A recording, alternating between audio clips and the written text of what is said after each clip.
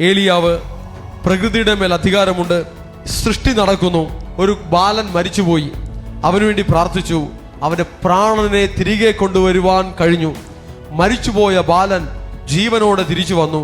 ജീവിക്കുന്ന ദൈവമുണ്ടെങ്കിൽ ആകാശത്ത് നിന്ന് തീ ഇറക്കുന്ന ദൈവം തന്നെ സത്യദൈവം എന്നൊരു വെല്ലുവിളി നടത്തി. അന്യദൈവന്മാരുടെ പ്രവാചകന്മാരെല്ലാം ശ്രമിച്ചു, തീ ഇറങ്ങിയില്ല.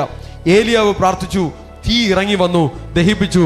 അവൻ യഹോവയാണ് സത്യദൈവമെന്ന് ജാതികളുടെ മുന്നിൽ തെളിയിക്കുവാനുള്ള ഒരു അധികാരവും ശക്തിയും ഏലിയാവിൽ ഉണ്ടായിരുന്നു.